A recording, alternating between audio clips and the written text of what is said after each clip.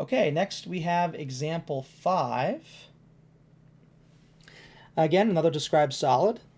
Find the volume of the solid whose base is the region enclosed by the parabola 1 minus x squared and the x-axis. So let's go ahead and draw that. So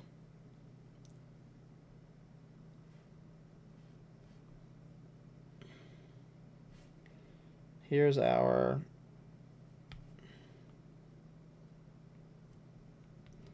x-axis, our y-axis, and then our parabola is 1 minus x squared, so this will look something like that.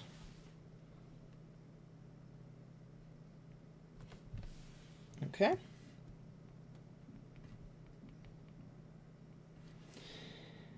So this, of course, would be the intercepts of 1 and negative 1.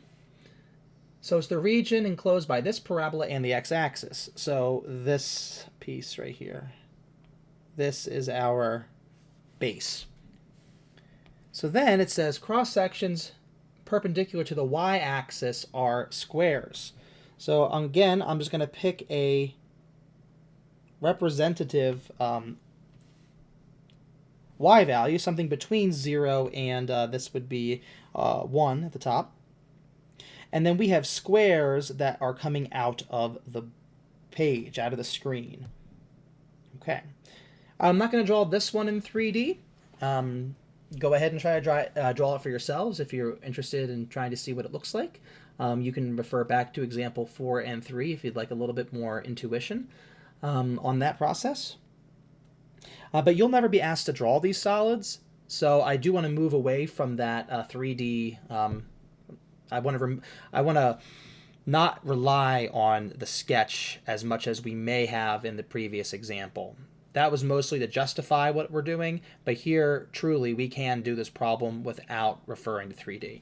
So what we do know is that this is the side length of a square that comes out of the screen or the page. So I'm going to go ahead and just draw that square. Not to scale. I'm just going to draw a representative square. And what we need to know here is we need to know this full length. So one thing we do know is that this distance here in blue that I'm now drawing, so half of this full distance is, this would be some x value.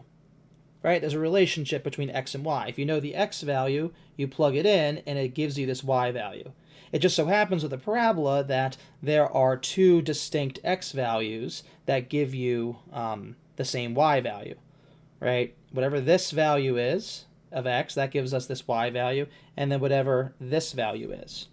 But the important thing here, and this is a common feature that I will be a broken record about and say again and again and again, and that is whenever you are measuring a distance with a coordinate system, if you begin measuring from the y-axis outward, you are allowed to call this distance x.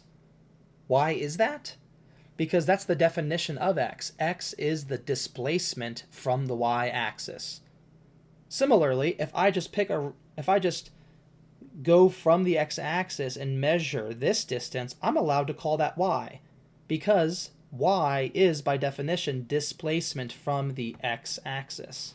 So that is precisely why this distance here we're just assuming is y, because it's some value measured from the x-axis.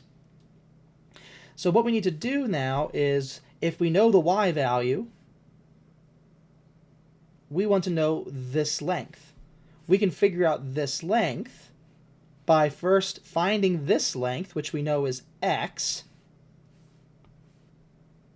and then doubling it. So the length of this square is actually 2x.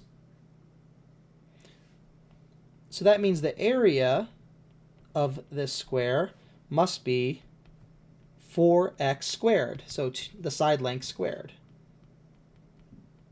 So this is 4x squared. Okay?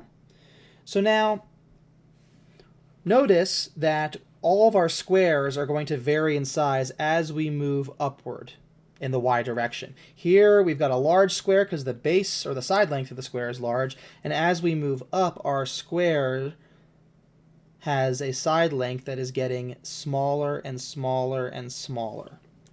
So this means we should be integrating with respect to y because that's the direction of this family, this continuous family of squares. So the volume here, excuse me, before we get too close, we need to rewrite this area in terms of y. So notice here, this equation, y equals 1 minus x squared. So what I could do is notice that this is exactly the same thing. I can solve this for x squared just to isolate it. So x squared is equal to 1 minus y. So that means this area as a function of y now is 4 times x squared, which is 1 minus y. So the volume that we're looking for is the integral from 0 to 1 of our cross-sectional area 4 times the quantity 1 minus y with respect to y. And again, same thing. This is we can just, this is something to the first power. The inside function is a first-degree polynomial, the derivative of which is -1. So we can write the antiderivative of this as -4 times the quantity 1 minus y squared over 2.